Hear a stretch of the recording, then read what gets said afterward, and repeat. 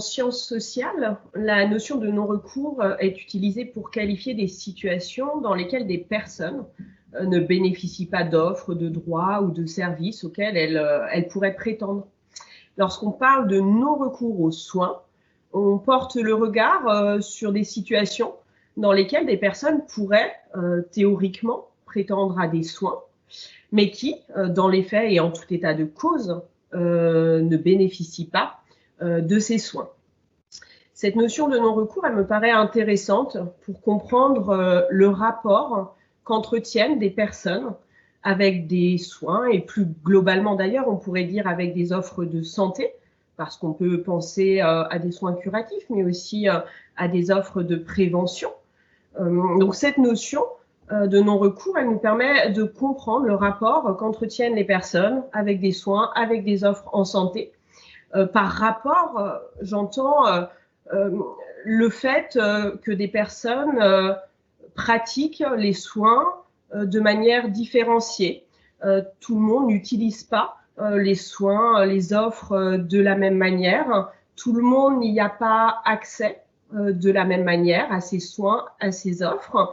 Mais on peut aussi se dire qu'il y a des personnes qui, parfois, ne veulent pas entrer dans certaines offres, ne veulent pas recourir à certains soins, ne veulent pas se tourner vers certains professionnels.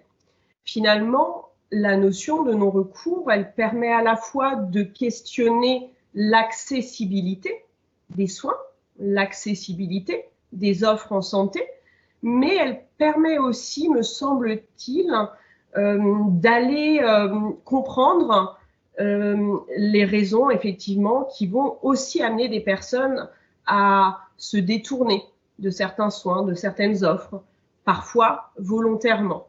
Donc, ce n'est pas seulement une question d'accès, c'est aussi une question d'acceptabilité des soins, d'acceptabilité des offres. Et c'est en ça que la notion est intéressante, parce qu'elle vient vraiment parler des interactions entre des personnes qui ont des besoins de soins et un système de santé qui répond à certaines de ces situations et pas à d'autres.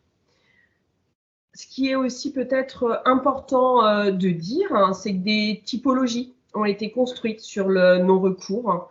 Elles peuvent être utiles pour caractériser les situations de non-recours en termes de durée, en termes d'intensité, mais également pour les caractériser en fonction des facteurs explicatifs sous-jacents.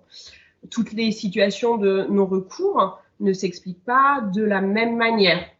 Et il est intéressant de noter qu'on peut tenir compte de facteurs qui sont à la fois relatifs aux soins en eux-mêmes, aux offres qui sont proposées, mais les facteurs explicatifs du non-recours, ils sont aussi du côté des personnes, de leur perception de certains soins, de leur représentation de certains soins, de leurs expériences par rapport au système de santé, par rapport aux professionnels, de la nature, de la relation entretenue avec ces professionnels, avec ce système de soins. Donc finalement, le non-recours, il peut se comprendre à l'aune de facteurs qui sont relatifs aux personnes, aux soins, aux offres, mais aussi à la manière dont tout ça est organisé, aux pratiques aussi des professionnels. Donc il me semble que c'est vraiment important de porter le regard sur la diversité de ces facteurs, de voir aussi comment ces facteurs vont s'articuler les uns avec les autres. La typologie qu'on utilise souvent pour expliciter les différentes formes du non-recours, c'est celle qu'on a construite à l'Odénor, où on va distinguer 4 grandes formes de non-recours. La première forme, c'est le non-recours par non-connaissance, des personnes qui ne connaissent pas certaines offres de soins, de prévention, ou qui vont méconnaître les structures, les professionnels qui pourraient réaliser les soins, qui pourraient dispenser les offres. Ça renvoie notamment au manque d'informations, à la complexité aussi du système de soins et plus globalement de protection maladie. Une autre forme de non-recours qui nous intéressera et dont on reparlera un petit peu plus tard, c'est le non-recours par non-réception. Des personnes vont adresser une demande par rapport à un besoin de soins, mais ne vont pas être reçues par rapport à ce besoin. Leur demande ne va pas être considérée, prise en considération par les professionnels, par le système. Ça, c'est une forme qui est intéressante parce qu'elle renvoie notamment à la question des refus de soins dont font l'objet certaines catégories de la population. On peut aussi penser, et je m'en arrêterai là pour cette première partie, au non-recours bien sûr par non-demande.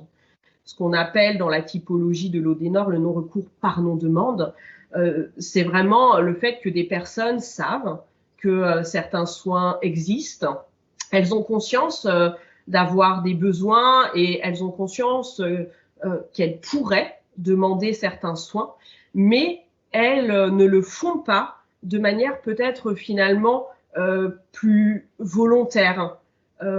Ça peut être lié au fait que des personnes vont craindre peut-être d'être stigmatisées en demandant certains soins, d'être stigmatisées dans les relations avec les professionnels parce que elles ont certains comportements. Donc on est là dans un type de non-recours par non-demande qui peut aussi s'expliquer par le fait que des personnes n'ont pas toujours conscience de certains symptômes, ne perçoivent pas toujours certains de leurs besoins et de ce fait-là ne vont pas adresser de demande au système de santé.